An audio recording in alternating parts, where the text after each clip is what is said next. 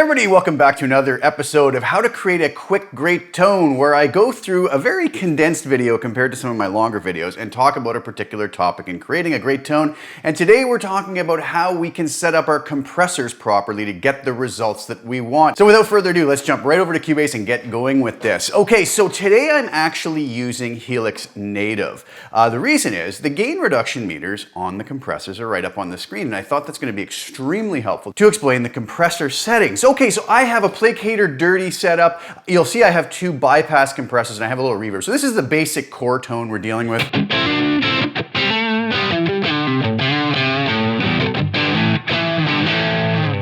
All right, I'm plugged in with my Vigier Expert Strat style guitar, my favorite guitar right now. I can't seem to get enough of playing this one. Anyways, on to the video. So a compressor is basically there to control the dynamic range of a tone, and a lot of people misuse the compressor. So we're gonna go through very quickly what the settings do. Up here, we have our gain reduction meter, which is going to actually tell us a couple of things, whether our compressor is actually even doing anything.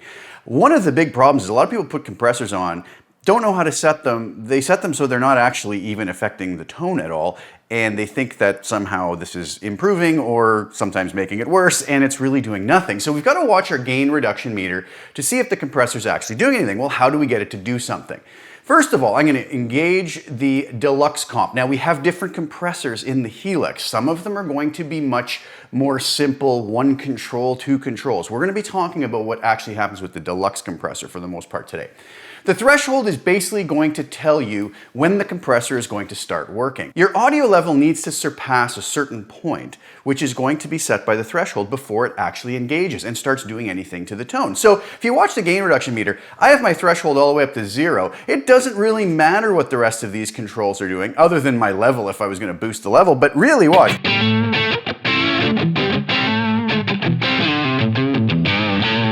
We don't see the gain reduction meter moving. As I move that threshold down now, watch your gain reduction meter. So we now see it kicking in. So we'll notice something here. If I look up at my input meters in native,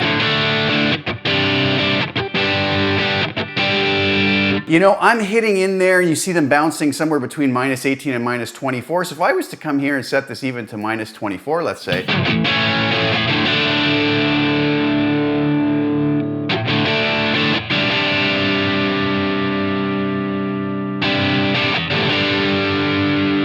right there around -28.8, you start to see them just bounce. And that is, if you watch over here, this is -36, this is -24.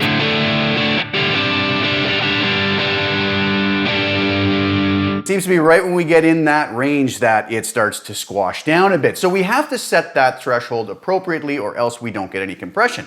The ratio is a confusing point for a lot of folks. And you'll notice it says 2:1, 3:1, 4:1, 6:1, 10:1, and 20:1. What this is telling you is that basically for every 2 decibels that our signal passes the threshold, the compressor is only going to let 1 decibel through. In the case of 3:1, for us to have the compressor allow 1 decibel through, we're going to have to surpass the threshold by 3 dB and all the way up. So if we're at 20:1, every 20 dB we go past the threshold, we're only going to get 1 dB that the compressor is going to allow through. If I set my threshold much lower here, so you'll see if I set this to 2:1,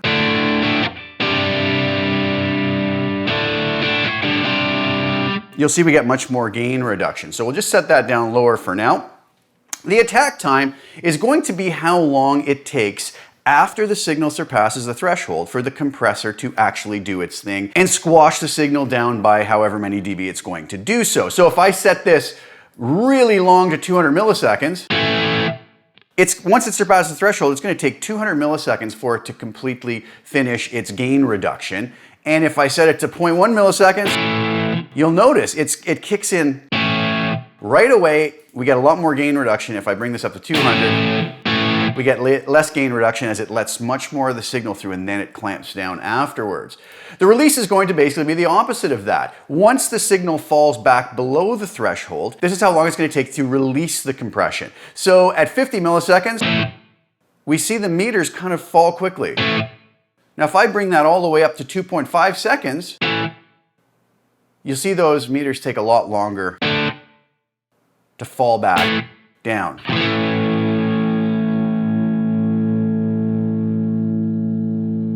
And you can hear the compressor kind of doing what they call pumping and breathing as it kind of resets back. I won't get the same thing at 50 milliseconds. Notice you don't hear the compressor working as much when it releases. The mix control is going to allow me to possibly do a very heavy compression to the signal and then just blend it with the unaffected signal. So if I went 50-50, it's going to allow through, and if I was to set something really crazy here, really super compressed, that if I was on 100%, we really hear it squashing the signal, but I could always mix that back in 50%.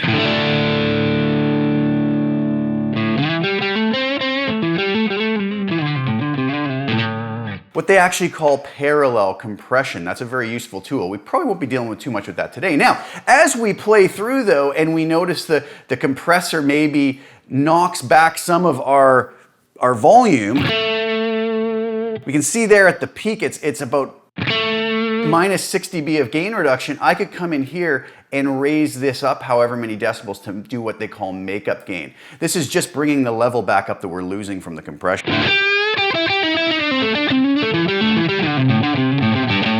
So if we compare it to the on and off state,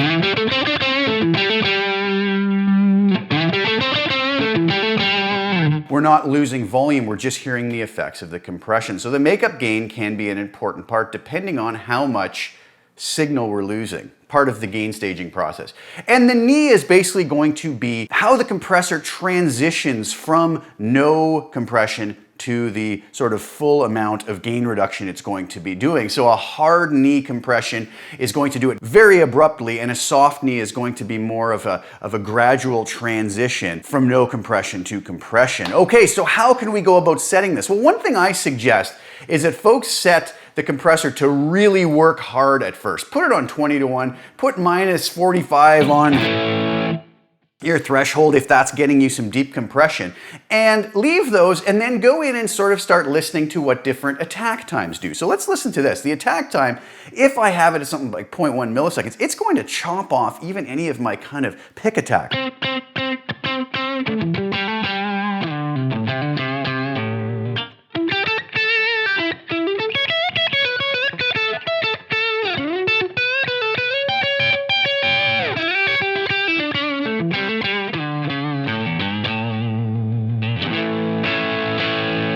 You can hear when I dig in on that, it really clamps down right away. So I take that attack time up to 200 milliseconds.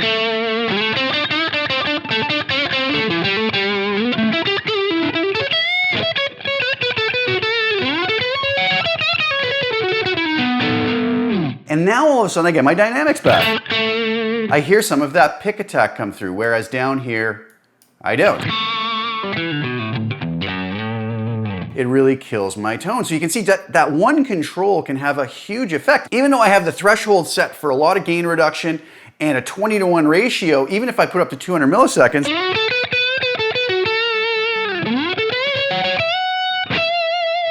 I can still get away with those settings because of the attack time. So interesting stuff. But let's do this. Let's set this to start off around 10 milliseconds.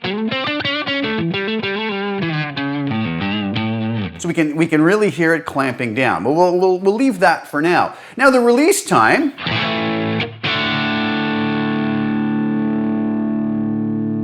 if I bring that way up,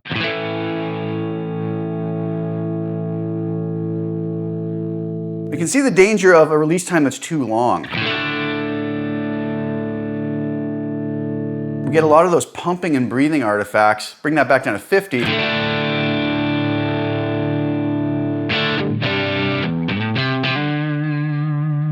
Now don't worry, we're not going to leave the settings like this, but we're just trying to find out what the sort of extreme measures on all of these parameters do so that we can make more informed decisions when we dial it in the way we want to. So let's leave our release down at 50 milliseconds. Now, the mix control we already talked about, we're going to leave that at 100% for now. The level we will worry about in a minute. Now the knee control, let's go down to 0.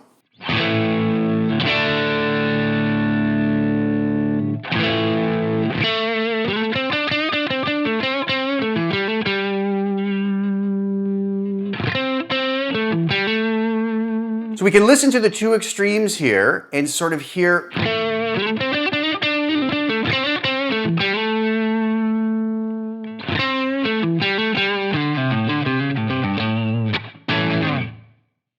Hear what the different extremes do and what we want in our sound. So I'm going to start off with maybe around 6 on the knee. We're going to leave the level at 0, mix at 100. I'm going to leave the attack and release time at 50 milliseconds, but I'm going to just bring the compression ratio down to maybe 4:1.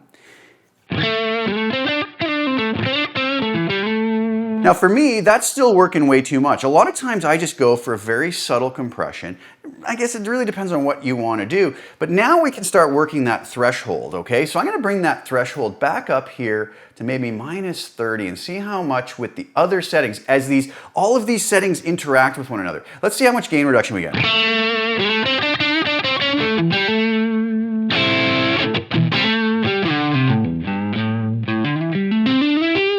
So this here is one way to use a compressor. It's not even working at all when I'm playing softly. But if I attack a chord,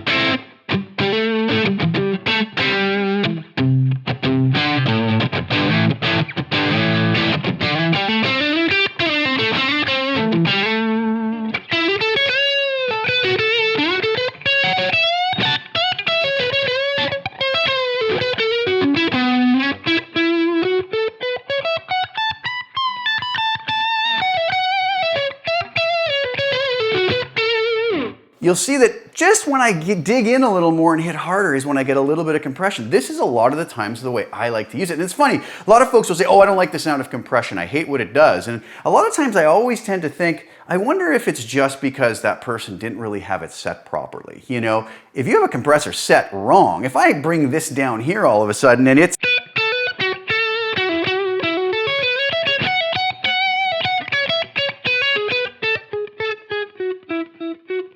even when I'm hitting softly, it's still doing its thing. Of course, it's killing your dynamics and you almost feel like you're losing the touch and the control from your fingers. So yeah, absolutely. So there's solutions to that though by simply just setting it with the appropriate settings. So something like this, now you might decide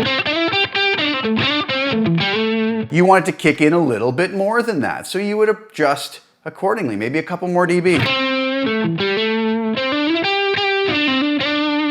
So that it is kicking in a little more often. We would just adjust our threshold.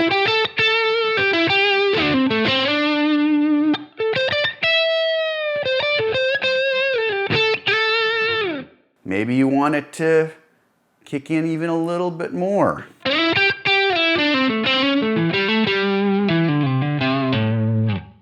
From there you can go try different ratios and see if that gives you a more appropriate tone for what you're looking for.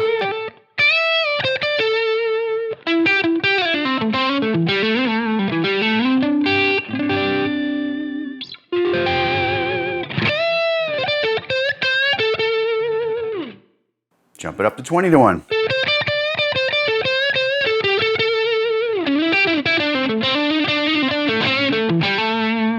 You really hear it kicking in with a heavier compression there.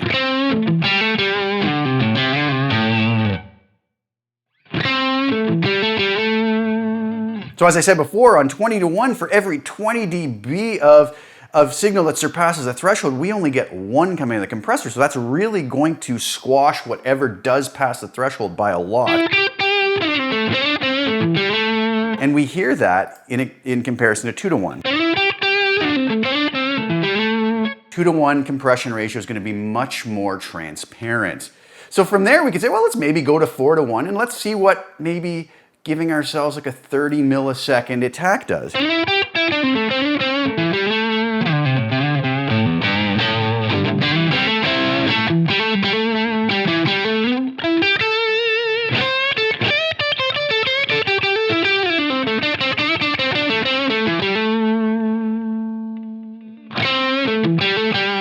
You can hear you lose a little bit of your pick attack, but it's going to be up to you to decide if there's somewhere in here that is the perfect tone.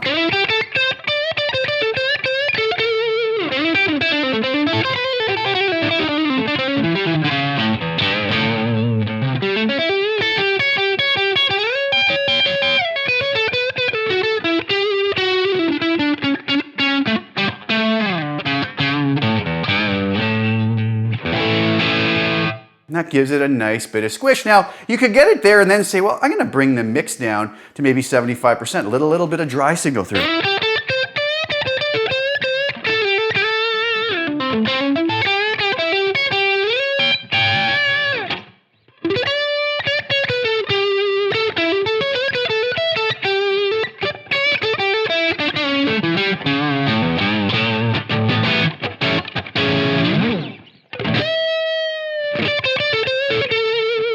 So it's doing some nice stuff with those settings. Then we could also, bring this back to 100, try our knee setting out.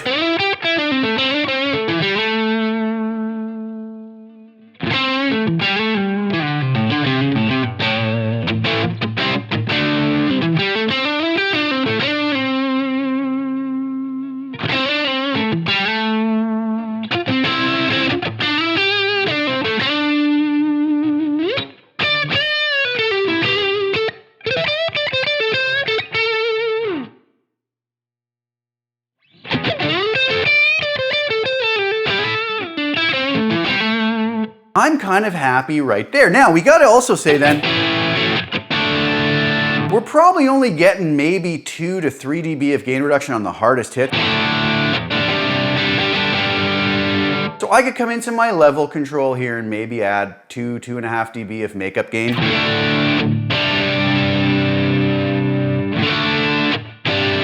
So we kind of get a similar volume when we have the compressor on versus off, just properly gain stage. So now we can hear the effects of that compression. Here it is without.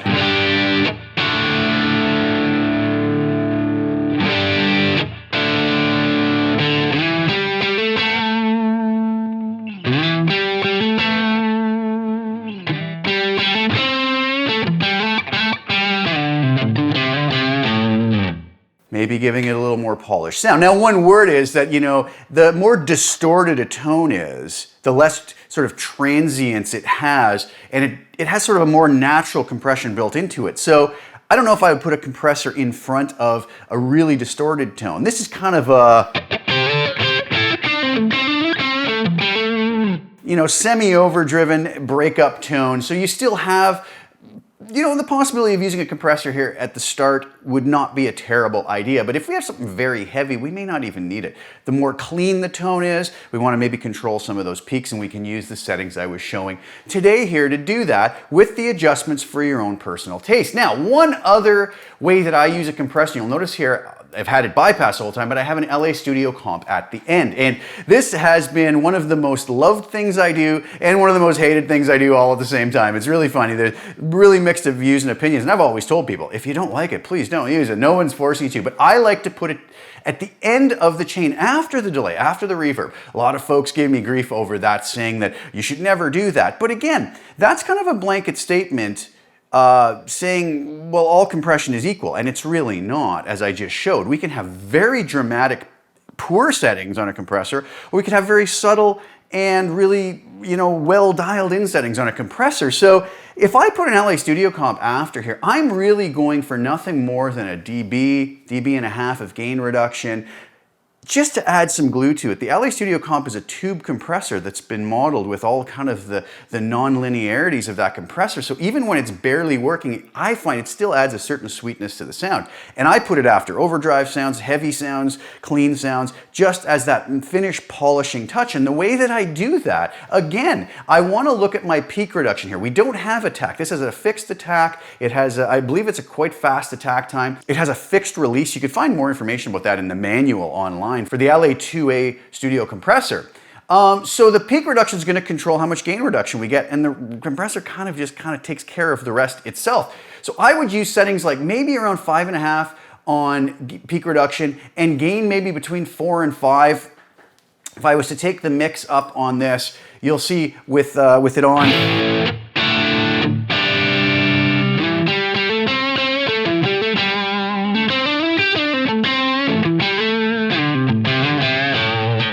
Now the release on this, for some reason, takes an exceptionally long amount of time. I'm not sure if that's just a software issue with Native and Helix. I noticed this on the Helix as well. But if I shut that off,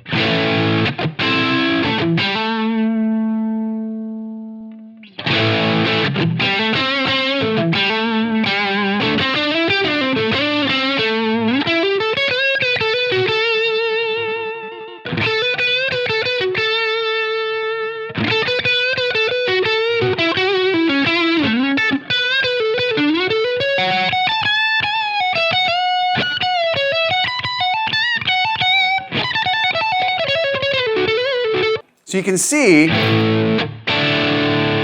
we never really get past maybe about a dB to a dB and a half of gain reduction with those settings. Very subtle. And you know, again, sometimes I'll even take this, bring the mix control back to about 75.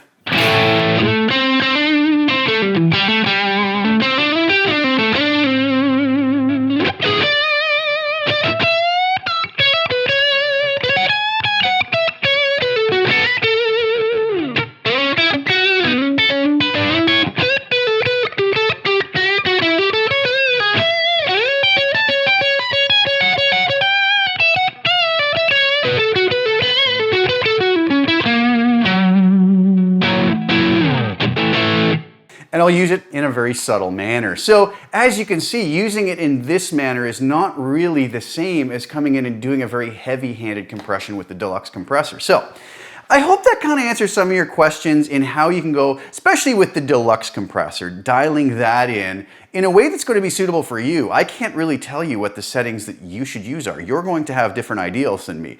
But understanding what the threshold, ratio, attack, release, mix, level, and knee do is going to give you information that's going to help immensely when you're about to dial in your compressor. You'll almost get to the point where you can instinctively know what settings you're looking for a particular situation. Do you want just a subtle glue? Do you want to really squash down for a funk sound? Or do you know, it really depends on the situation, but arming yourself with the knowledge of what all those controls do, which are oftentimes very confusing and oftentimes misunderstood, that's going to get you to where you need to be a lot faster. So I hope that was helpful. I hope I didn't miss anything in talking about this.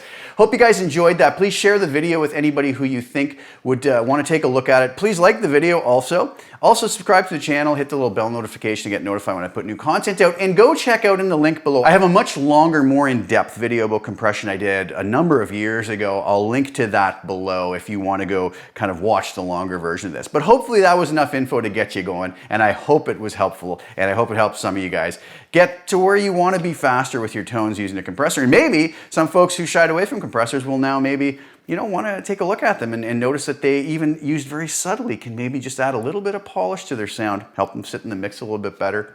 And if not, turn it off and it's all good. So thanks so much again for tuning in. I'll be back very soon with some more content. Ciao for now.